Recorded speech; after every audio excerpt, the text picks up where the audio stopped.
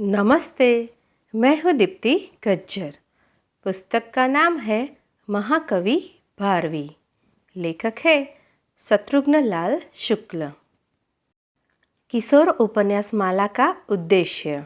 अगर आप सोचते हैं कि बच्चों के अच्छे उपन्यास हिंदी में नहीं हैं, तो निश्चय ही आपको हमारी किशोरों के लिए उपयोगी पुस्तकें पढ़ने या देखने का अवसर नहीं मिला है। 1, 2 या 4, 10 नहीं, बल्कि 150 से भी ज़्यादा किशोर उपन्यास अब तक हम प्रकाशित कर चुके हैं। आगे और भी प्रकाशित करने जा रहे हैं। विषय भी हमने अनेक चुने हैं। ऐतिहासिक नायक नायिकाएं, अरब की रातों के राजा रानी, ज्ञान विज्ञान का अनोखापन, रामायण और महाभारत के पात्र, राष्ट्र और विभिन्न धर्मों के नायक, शिकार की रोमांचकारी घटनाएं, प्रख्यात साहित्यकारों का जीवन और शेक्सपियर के नाटकों के रूपांतर। कोई भी तो विषय ऐसा नहीं जिसकी जानकारी निहायत दिलचस्प उपन्यासों के माध्यम से न दी गई हो। बच्चे तो बच्चे, बच्चों के माता पिता भी अगर इन्हें लेकर बैठ जाए तो पढ़ते ही रह जाएंगे। कहने को तो ये किशोर उपन्यास है, किंतु नवसाक्षरों और हिंदी भाषी पाठकों तथा भारत की रक्षा के लिए तैनात जवानों के लिए भी ये समान रूप से उपयोगी है। राष्ट्र के नए नागरिकों का निर्माण, यही है हमारा उद्देश्य। किशोर उपन्यास माला सचित्र, सरस तथा स उद्देश्य, वीर रस से पूर्ण। अर्जुन, श्री कृष्ण, हल्दी घाटी, दुर्गादास, बंदा बहादुर, सम्राट हर्षवर्धन, राजा सूरजमल, तात्या टोपे, महाबली इंद्र, वीर कुंवर सिंह, खूब लड़ी मर्दानी, इंद्र की पराजय, गुरु गोविंद सिंह, सम्राट शिलादित्य, चित्तौड़गढ़ की रानी, चंद्रगुप्त विक्रमादित्य, महाबली रावण का पतन, स्कंदगुप्त विक्रमादित्य, वीरांगना, चेन्नम्मा, गढ़मंडल की रानी, महाबली छत्रसाल, बाजीराव पेशवा, चक्रवर्ती दशरथ, वीर कुणाल, जय भवानी, अभिमन्यु, भीष्म, कर्ण, उदयन। अन्य महापुरुषों पर आधारित गुदड़ी का लाल, लाल बहादुर, मदुरा की मीनाक्षी, शिरडी के साईं बाबा, ईश्वर चंद्र विद्यासागर, रेखाओं का जादूगर, आचार्य चाणक्य, शांतिदूत नेहरू, देवता हार गए, ऋषि का शाप, स्वामी विवेकानंद, गुरु नानक देव, राम का अश्वमेघ, गुरु अमरदास, सम्राट अशोक, गुरु अंगद देव, मीरा, बावरी, गौतम बुद्ध, संत कबीर, रवि बाबू, विश्वामित्र, बापू। लगभग 1,1500 वर्ष पूर्व धारा नगरी का वैभव अपनी चरम सीमा पर था। उन दिनों वहाँ राजा भोज का शासन था। भोज का नाम भारत ही नहीं, विदेशों में भी विख्यात है। वह जैसा सूरवीर और तेजस्वी था, वैसा ही गुणी और उदार भी। प्रजा की सुविधा का वह इतना ध्यान रखता था कि उसके विषय में आज भी अनेक चमत्कारिक कथाएं प्रचलित है। भारतीय इतिहास में विक्रमादित्य के अतिरिक्त और किसी को इतना यश नहीं मिला जितना राजा भोज को। युद्ध में वह विजेता था, सभा में शासन पारंगत विद्वान था, संगीत में श्रेष्ठ कलाकार, उदारता में समुद्र की भांति अगाध गुणी ही नहीं, गुण ग्राहक भी था। राज्य की समृद्धि के लिए वह कोशों में अपार स्वर्ण राशि तथा बहुमूल्य रत्नों को जुटाने के लिए जितना सतर्क रहता था, उतना ही सतर्कता के साथ कलाकारों तथा विद्वानों की भी खोज करता रहता था। भारत के ही नहीं, दूर देशों के गुणीजन भी उसके आश्रित थे। उन सबको वह सम्मानपूर्वक सभा में बुलाता था। अद्भुत प्रतिभा और शक्ति से संपन्न होने पर भी सभासदों से परामर्श लिए बिना वह कोई काम नहीं करता था। फागुन का महीना था। वसंत की मादकता चारों ओर व्याप्त थी। जाड़ा बीत चुका था। गुलाबी सर्दी शरीर में एक प्रकार की उत्तेजना सी भर देती थी। मनुष्य ही नहीं, पशु पक्षी, लता वृक्ष सभी प्रफुल्लित थे। रात का समय था। अष्टमी का चंद्रमा अपनी दुधिया चांदनी बरसाते हुए धीरे धीरे पश्चिम की ओर सरक रहा था। पहला पहर बीत चुका था। नगर की चहल पहल कम हो गई थी। मंदिरों की आरती पूजा समाप्त हो गई थी। सन्नाटा धीरे धीरे गहरा होने लगा था। कामकाजी लोग खा पीकर सोने की सोच रहे थे। उसी समय नगरी के पश्चिमी द्वार पर एक किसान बाहर की ओर जाता दिखाई पड़ा। फाटक पर खड़े एक रक्षक सैनिक ने किसान को रोका। कौन जा रहा है? किसान ठिठक गया। मैं बल्भीपुर का किसान हूँ। यहाँ अनाज का भाव पता करने के लिए आया था। अब कहाँ जा रहे हो? सैनिक ने उसे घूरते हुए दूसरा प्रश्न किया। पास के लखन गांव में मेरी बहन रहती है, उसी के यहाँ ठहरा हूँ। सवेरे बल्भी वापस लौट जाऊंगा। सैनिक संतुष्ट हो गया। किसान बहुत सीधा साधा लग रहा था। उस पर शंका करने का कोई कारण नहीं दिखा। सैनिक ने कह दिया, जाओ, और अपना बल्लभ कंधे पर रखकर दूसरी ओर घूम गया। फाटक के बाहर निकलकर किसान ने एक बार इधर उधर निगाह दौड़ाई। सन्नाटा वह तेजी से चलने लगा और कुछ दूर जाकर पेड़ों के झुरमुट में अदृश्य हो गया। थोड़ी ही देर बाद वह फिर प्रकट हुआ, लेकिन अब वह घोड़े पर सवार था। जान पड़ता है उसका घोड़ा उसी झुरमुट में बंधा हुआ था। उसने घोड़े को एड़ लगाई और सरपट चाल ने उत्तर की ओर उड़ने लगा। आधे घंटे बाद वह लखन गांव पहुंच गया। चारों ओर सन्नाटा छाया था। वह गांव के बाहर ही बने एक मंदिर के पास उतर पड़ा। घोड़े को पेड़ की डाल से बांधकर वह चुपचाप मंदिर के चबूतरे पर चढ़ गया और दीवार में बनी जाली में भीतर की ओर झांकने लगा। कदाचित वह मंदिर का कोई रहस्य जानना चाहता था। मंदिर में कोई न था। किसान ने एक बार फिर चारों ओर की टोहली और कुएं की जगत पर बैठ गया। पेड़ की छाया में होने के कारण उसे कोई देख नहीं सकता था। वहीं बैठा वह जैसे किसी की प्रतीक्षा करने लगा। आधा घंटा बीत गया, कहीं कोई नहीं। किसान कुछ खिन्न होकर बुदबुदाया, मुझे झूठी सूचना दी गई थी। ठीक तभी किसी का पदचाप सुनाई पड़ा। वह सांस रोककर सतर्क दृष्टि से मंदिर की ओर देखने लगा। दो व्यक्ति आए, एक पुरुष और एक स्त्री। पुरुष ने मंदिर का द्वार खोला। दोनों भीतर चले गए। किसान उठा और दबे पांव फिर चबूतरे पर पहुंचकर दीवार की जाली से भीतर का दृश्य देखने लगा। उसके चेहरे पर कौतूहल की छाया उभर आई थी। भीतर शिव की मूर्ति थी। पुरुष ने धूप दीप के बाद कोई पोथी खोली और मंत्र पढ़ने लगा। स्त्री बैठी माला जपती रही। थोड़ी देर बाद पूजा समाप्त करके पुरुष ने मूर्ति को प्रणाम करते हुए कहा, हे त्रिभुवनपति, मेरे राज्य का, मेरे महाराज भोज का कल्याण हो। नित्य उनका यश बढ़े और कोई विघ्न बाधा उन्हें छू भी न सके। मेरी यही विनती है प्रभु, स्वीकार कीजिए। इसके बाद उसने स्त्री सहित एक बार फिर मूर्ति को हाथ जोड़े और मंदिर के बाहर निकल आया। सीढ़ियों से उतरते समय स्त्री ने कहा, स्वामी, आप अपने लिए कभी कुछ नहीं मांगते। भगवान शिव तो आशुतोष है, उसने कहने में क्या संकोच। भगवान शिव तो आशुतोष है, उनसे कहने में क्या संकोच। पुरुष रुककर घूम पड़ा। बोला, तुम नहीं जानती, मेरे गुरुदेव ने कहा था शिव की पूजा करना, किंतु उसका फल अपने लिए नहीं किसी और के लिए ही मांगना। मैंने देखा कि महाराज भोज जैसा देव पुरुष आज सारी धरती पर कोई नहीं है, इसीलिए उन्हीं के कल्याण की प्रार्थना करता हूँ। फिर भी घर परिवार तो देखना ही होगा। अपनी कन्या के विवाह के लिए ही कुछ धन चाहिए, वह कहाँ से आएगा? हमारी भिक्षा से तो केवल एक बार पेट भरना ही हो सकता है, कन्या का उद्धार कैसे किया जाएगा? पुरुष ने कहा, भगवान शिव तो अंतर्यामी है, घट घट के वासी। मेरी समस्या भी वह स्वयं जानते होंगे। समय आने पर अपने आप सब कुछ हो जाएगा। स्त्री ने फिर कुछ नहीं कहा। कदाचित वह पति से तर्क वितर्क करना उचित नहीं समझती थी। सीढ़ियों से उतरकर दोनों चबूतरे के नीचे पहुँचे और गांव की ओर बढ़ चले।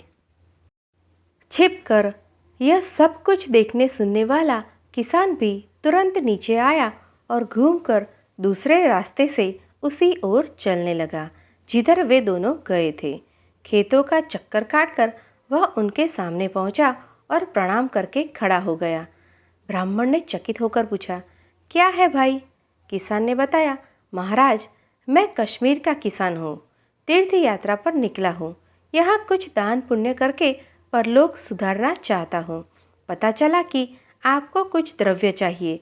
आप योग्य पात्र है। ब्राह्मण फिर पुरोहित, वह धन में आपको देना चाहता हूँ, कृपया स्वीकार कीजिए। पुरोहित को अपने कानों पर विश्वास नहीं हुआ। वह आंखें फाड़े किसान की ओर देखता ही रह गया।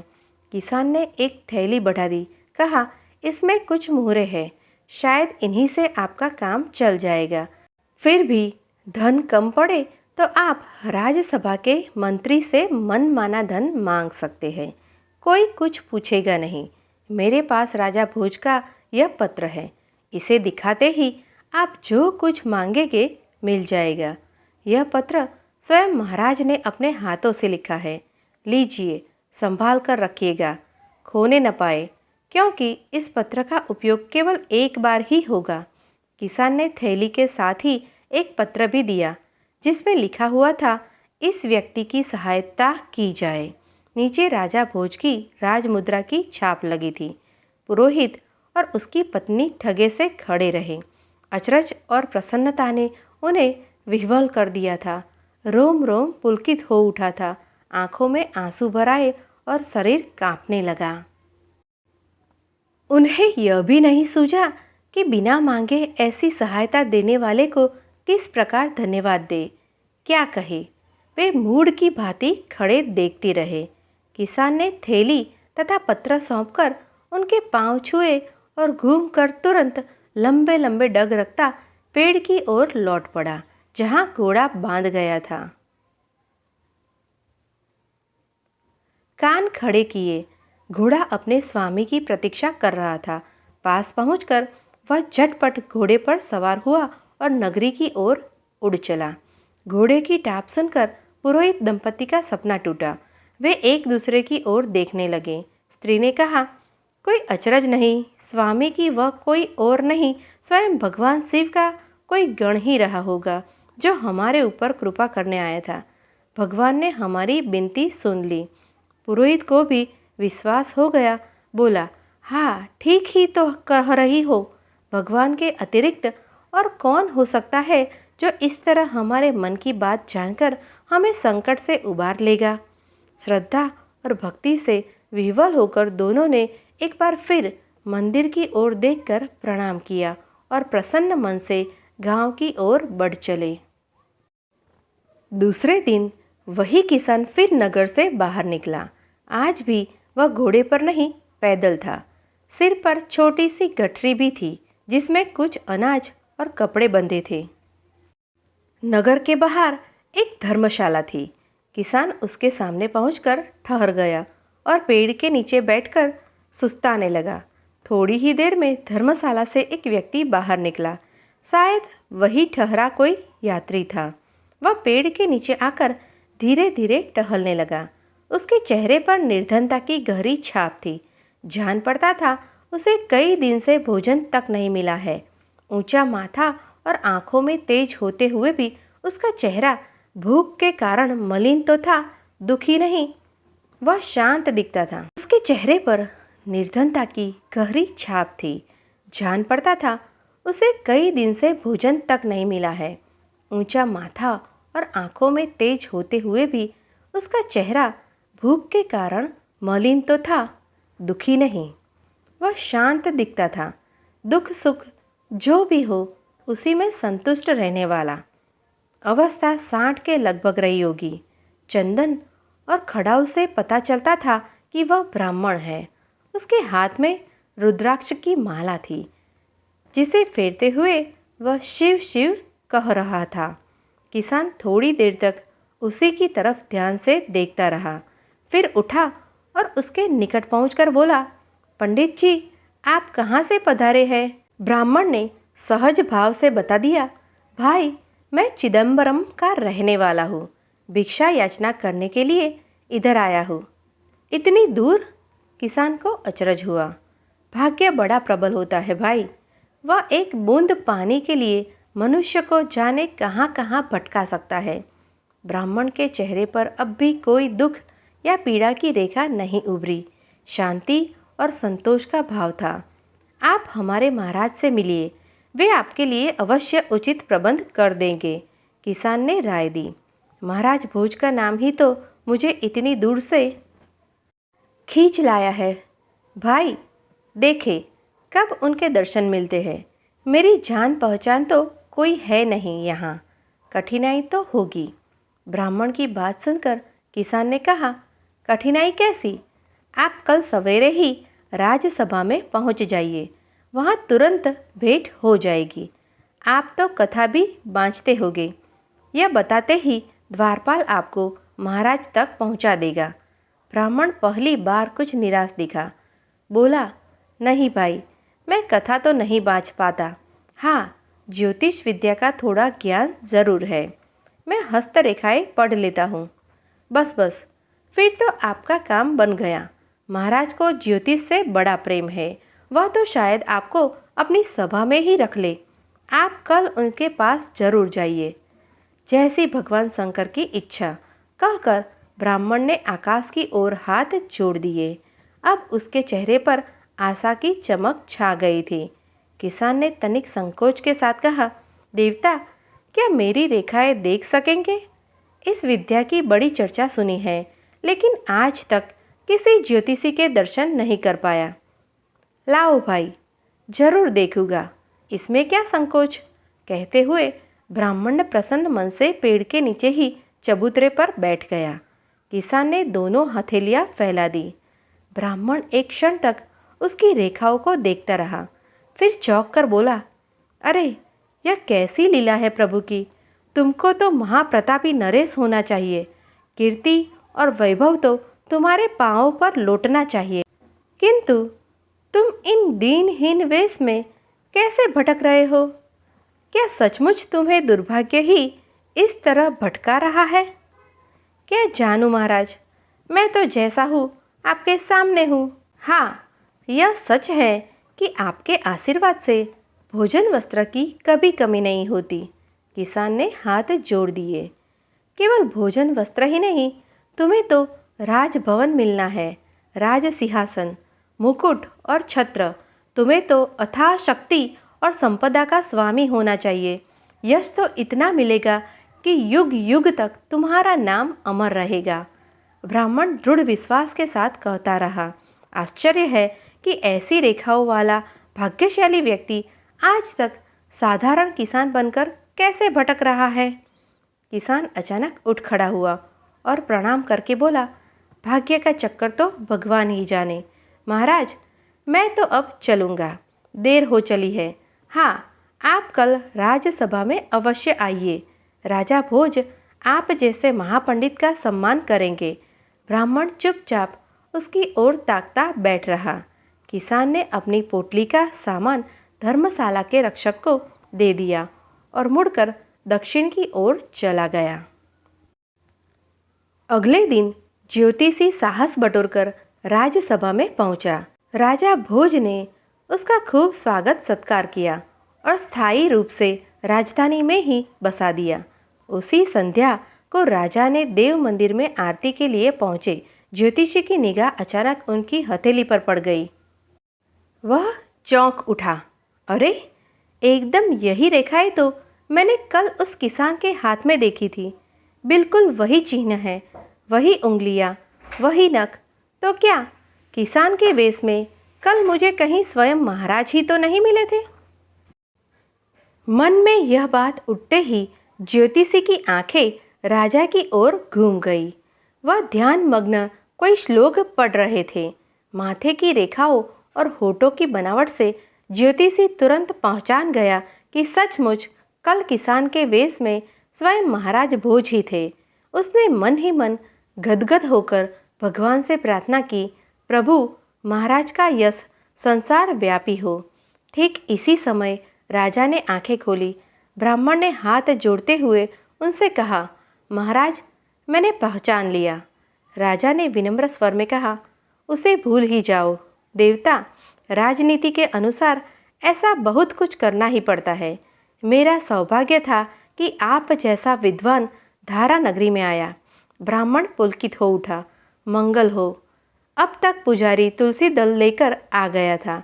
राजा और ज्योतिषी दोनों प्रसाद लेकर अपने अपने स्थान को लौट आए।